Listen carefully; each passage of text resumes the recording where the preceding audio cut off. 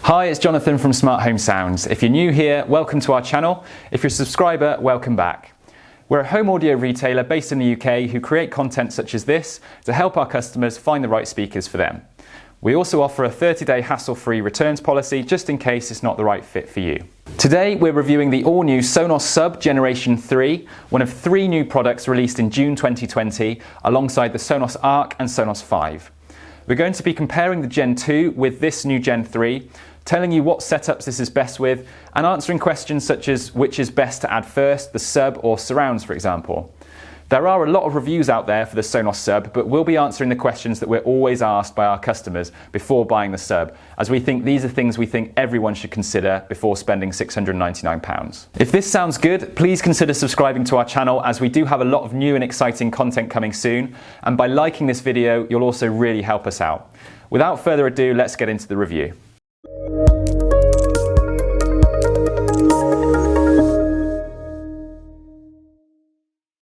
The Sonos Sub Gen 3 is the third iteration of the Sonos subwoofer, sold for the same price as the previous generation at $699, and it's available in a colour choice of gloss black or white.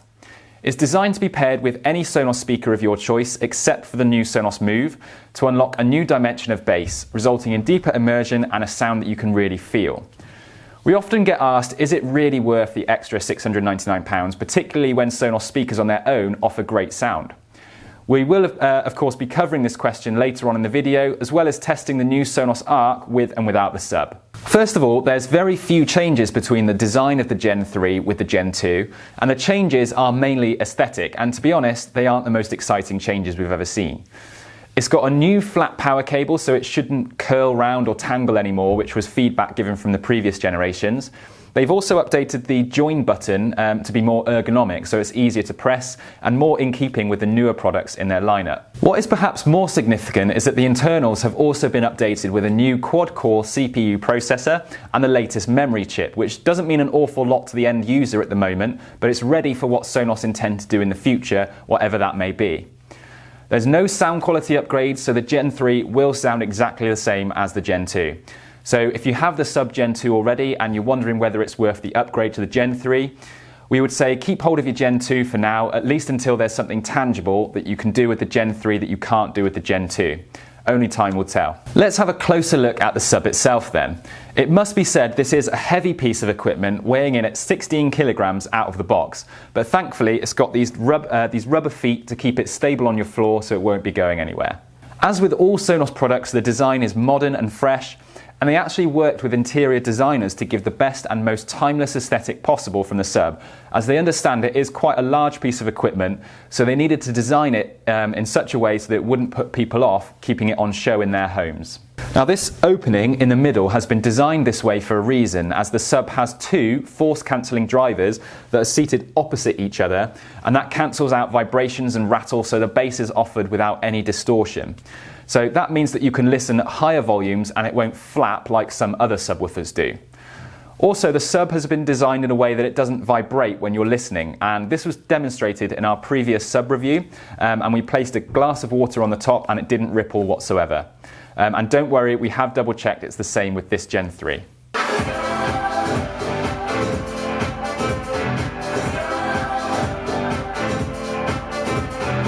The Sub will take over the lowest frequencies in your audio, which enhances the mids and the highs on the speakers it's paired with also, so the sound is much more detailed and rich.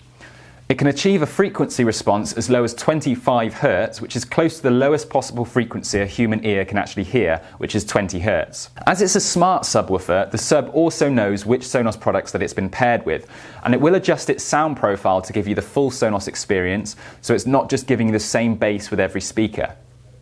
In terms of setup, you need to make sure you're using the Sonos S2 app and that you're pairing it with a speaker that's also on S2. Unfortunately, this Sub isn't compatible with any S1 speakers. So all you do is plug it into mains power, and then you tell the Sonos app which speaker you want to pair it to, and job done.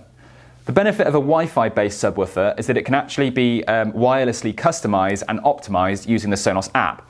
And I thought it'd be cool to show you on the Sonos app what customizations you can do when you first set it up, so it's fully calibrated for your room. So I've just added the sub to my new Beam, for example. So if you go into your room's settings and then look for sub audio, there's a few settings here so you can actually toggle the sub on and off completely. You've also got a sub level, so if you wanted to turn, maximize the amount of bass from the sub, you can do that in this menu, and you can turn it up all the way to +15 and -15. And then at the bottom you've got phase control, and all that is that you can select that between 0 degrees and 180 degrees. So if you've got any nodes or dead spots in your room, it will reverse the sound waves so that you'll get the maximum bass from your Sonos Sub in your room, which is quite handy actually. Most cases, you can just use the 0 degrees, but it does give you the option if you need to as well. When you've completed setup, you can also adjust the volume of the sub if you want it to be louder or quieter. But bear in mind, if you're pairing it with a Sonos soundbar, you also have night mode if you need it, which reduces the impact of the louder sounds so your neighbours are kept happy. Let's talk about where to position the sub in your room, as again, this is a question that often comes up. The wireless communication and the acoustics of the Sonos Sub have been designed in such a way that it has the benefit of being non-directional, which gives maximum flexibility as to where you position the sub. This means it's possible to stand it upright or lay it down flat with no compromises.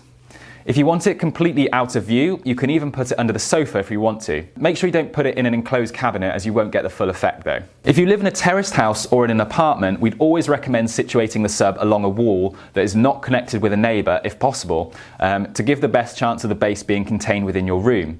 Or you can enable night mode, as I've mentioned already. As you can see, in this room, we've got the sub situated over in the corner there, as that's our preference for aesthetic reasons. But like I said, you can really choose anywhere in your room and it won't impact the performance. Moving on to our most recommended Sonos speakers to use the sub with. First of all, a Sonos TV speaker such as a Beam or Arc would be our #1 choice to make up the final 0.1 in a surround sound setup. The sub is particularly useful for movies, as there's so many different sound effects that you might hear, and these are all enhanced when you add a sub into the mix. Those explosions, helicopter flyovers, speeding cars, etc. all sound much more pronounced, which make a difference with how immersed you are in your movie. Now, the challenge of soundbar manufacturers is to ensure that it looks aesthetic enough and slim enough to fit under your TV without encroaching into the bottom of the TV screen. Now, Sonos have designed the Arc soundbar using a 270-degree elliptical shape, which squeezes the best possible performance from its woofers, but by having a separate subwoofer dedicated to the lower frequencies, this will take movie nights to the next level. I would also recommend the sub with a stereo pair of Sonos 1s or 1SLs. If you're using these as a dedicated music setup, adding the sub should make a dramatic difference to how your tracks will sound.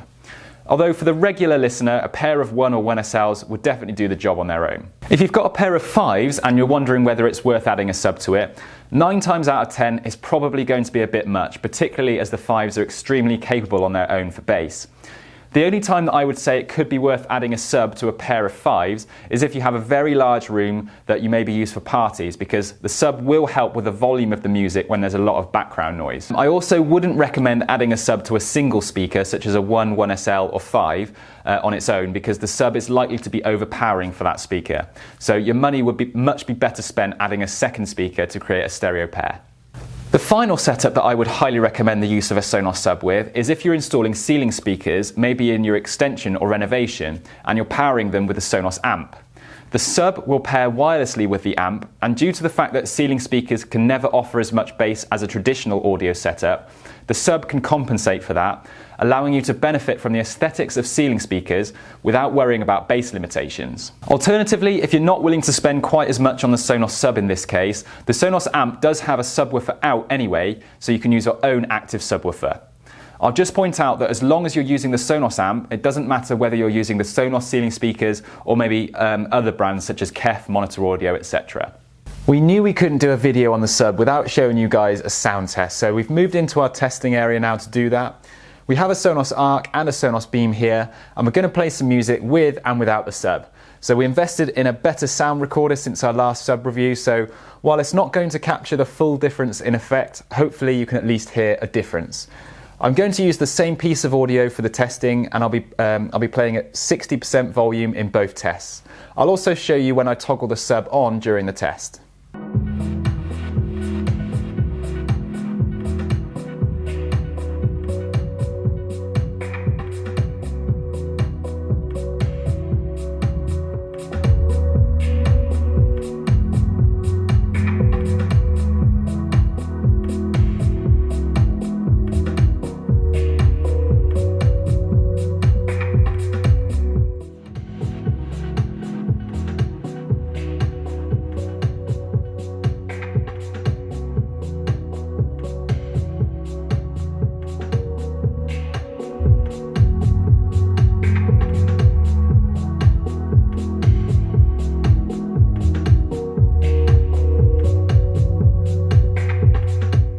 So from that, I heard a more notable difference when toggling the sub on with the Beam. However, with the Arc, I noticed how it allowed the Arc itself to perform slightly better in the mids and the highs, as well as adding better bass.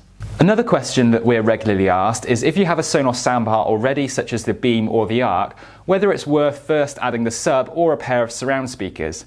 Now this is always a tough question because a large part of it comes down to what you're looking to get out of your setup. Straight off the bat though, you can't ignore the price difference between adding a sub and rear speakers. So to add a pair of 1SLs for surrounds, you're looking at just over £350, whereas with the sub, this is double that price at £699. Aside from price though, it is important to understand the differences in what you'd be getting listening experience wise. So with the sub, the main thing that you're adding is immersion and movie theatre feel. Your movies and music will have that extra dimension that really adds the wow factor. With the surround speakers, this is geared more towards the TV, so if you want to be in the centre of the action and you want to hear sounds coming from behind you, this will be a great addition for you. When playing music, they will certainly fill the room for you, but music generally doesn't come with surround channels. If you have the Arc and you're not sure whether to add the sub or surrounds first, my personal preference would probably be to add the sub first because the Arc already has drivers responsible for throwing sound far and wide. And while this isn't quite as good as having dedicated surround speakers, it does go some of the way. Whereas in the Beam, there are no sideways or upward firing drivers, so if I had a Beam, I'd probably lean more towards adding the surrounds first, but this is of course personal preference. The soundbars alone offer a great performance, and whether you decide to add rears, a sub, or both, you will get an enhanced listening experience. There's not one set way to do it. What works for me might not be what you're after, and I'd need to have a conversation with all of you to work out what would work best for you.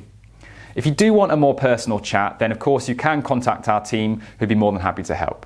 So let's cover the positives and the negatives of the Sonos Sub Gen 3. First of all, the negatives are that it is pricey at £699. So when you consider that £699 will get you a great sounding speaker on its own, this will be a barrier for some, but it really depends how much you value your bass. Secondly, it's quite imposing and weighty, so you need to find space for it. In a small apartment, for example, it might not be suitable.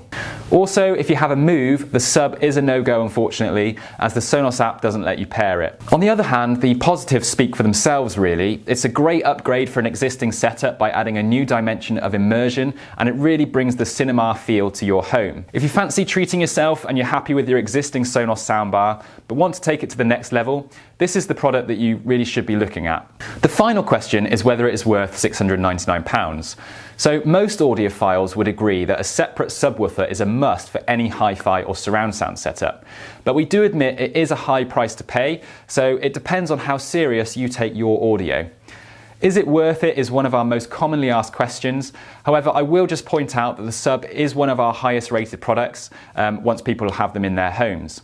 I'll pop a link to the Sub reviews if you do want to give those a read. I can't tell you if a £699 product is worth it for you personally, but here are a few scenarios of previous customers that we've had. So if you're coming from a system with hi-fi separates consisting of multiple speakers and a dedicated subwoofer, you may wish to consider adding the Sonos Sub to your system so you're not downgrading on bass from your previous setup. If you're starting a new setup and you're just not sure whether to add the Sub or whether it's truly worth it, it may be better to first see how you go without it to start with, and then if you find you want to get more from your Sonos setup, it's really simple to add it at a later date if you want that full cinematic experience in your home. For example, if you're looking at the Arc, you might want to test how the bass sounds in your room without the Sub before pushing the button. Sonos is a Wi-Fi based system, so there's no pressure to buy everything in one go. And as this is an expensive product, we do also offer an interest-free pay monthly scheme if you would prefer to split the payments out monthly with no fees and no interest. So that's the end of the review, guys. I hope you enjoyed it. If you want to do some further reading on topics like this, then feel free to head over to the blog section on our website, smarthomesounds.co.uk. If you think the Sub is going to be a worthy addition to your setup, then I'll add a link to our site where we offer a 6-year extended warranty and free delivery. As always, if you'd like any further advice or you have questions, get in touch with us and we'll be happy to help. Thanks for watching and see you again very soon.